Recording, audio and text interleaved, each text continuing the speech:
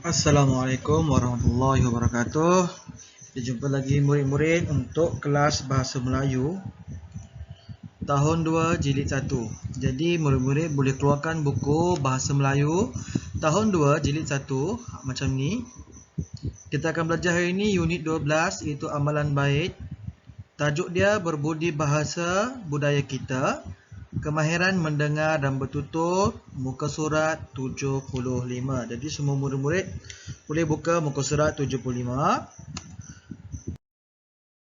Pada muka surat 75, kita akan nampak halaman ini macam ni. Macam ni rupa dia, muka surat 75 ada muka macam ni.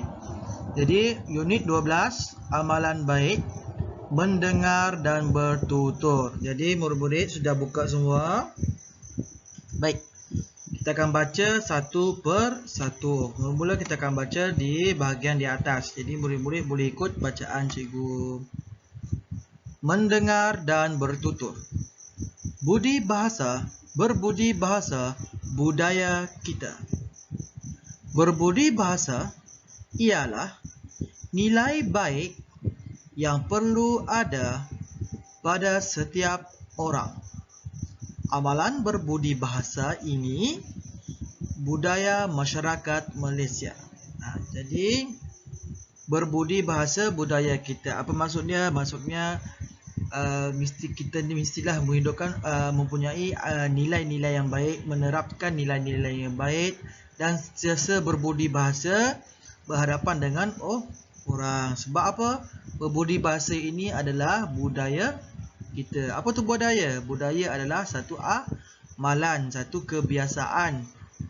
Jadi kita mesti membiasakan supaya menjadi budaya kita. Seterusnya kita akan pergi ke poin yang pertama, iaitu ini ada contoh-contoh berbudi bahasa. Yang pertama, kita hendaklah memberikan ucapan selamat apabila bertemu dengan seseorang. Nampak tak? Ucapan selamat. Apa ucapan selamat? Tengok gambar. Murid dengan cikgu. Apabila murid bertemu cikgu, murid cakap, "Selamat sejahtera, cikgu." Cikgu akan jawab, "Selamat sejahtera, Yahya." Tapi sebagai orang Islam, kita boleh menggunakan ucapan selamat yang itu "Assalamualaikum, cikgu." "Waalaikumsalam, Yahya." Itu adalah lebih baik bagi kita orang Islam. Assalamualaikum juga membawa ucapan selamat. Okey, seterusnya kita pergi yang poin yang kedua. Kita mestilah bertanya tentang khabar dan keadaan seseorang. Apabila kita jumpa seseorang, selepas kita memberi salam, ucap selamat, maka kita akan bertanya, "Apa khabar awak sekarang? Buat apa? Kerja di mana? Sekolah di mana? Sihat ke tidak?" Itu mana bertanya khabar dan keadaan seseorang. Okey, tengok tu contoh dia. "Apa khabar, Sumi? Saya harap kamu sihat dan sejahtera."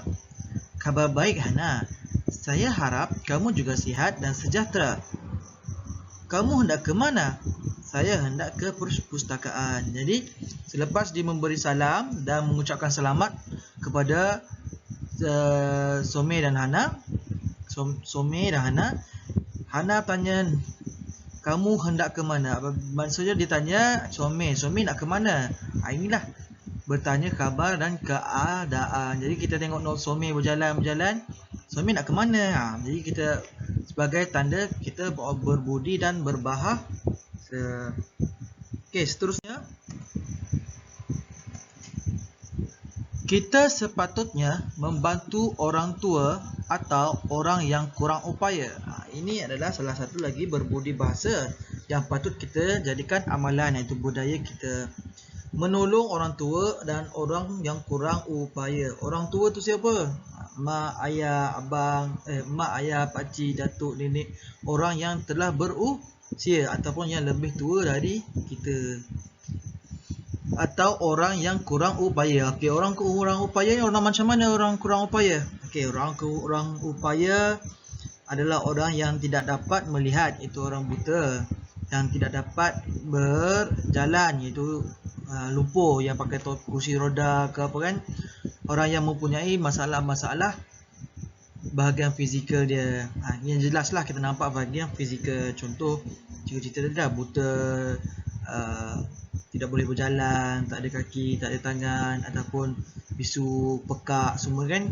Kita patut membantu. Kalau kita nampak ada pakcik tua melintas jalan bawa barang banyak, bolehlah tolong, pakcik, saya tolong bawakan barang pakcik ya.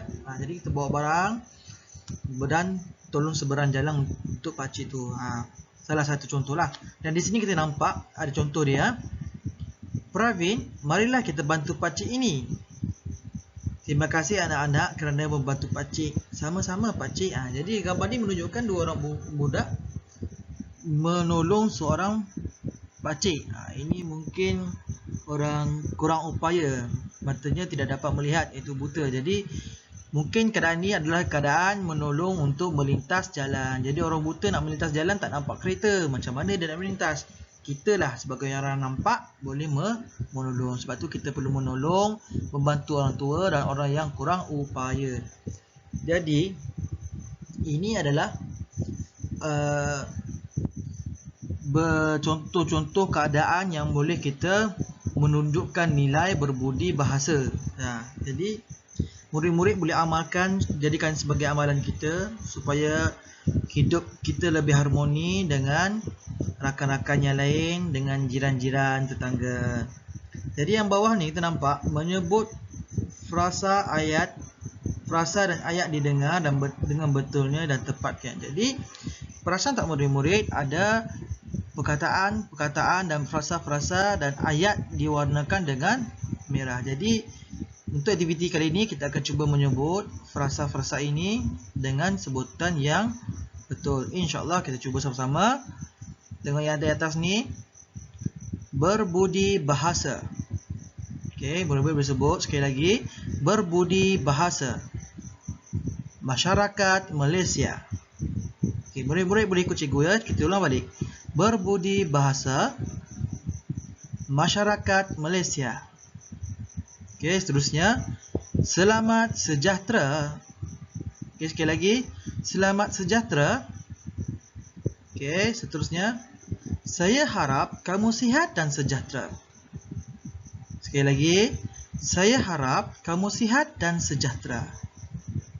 Okey, seterusnya, khabar baik Hana. Ulang lagi, khabar baik Hana.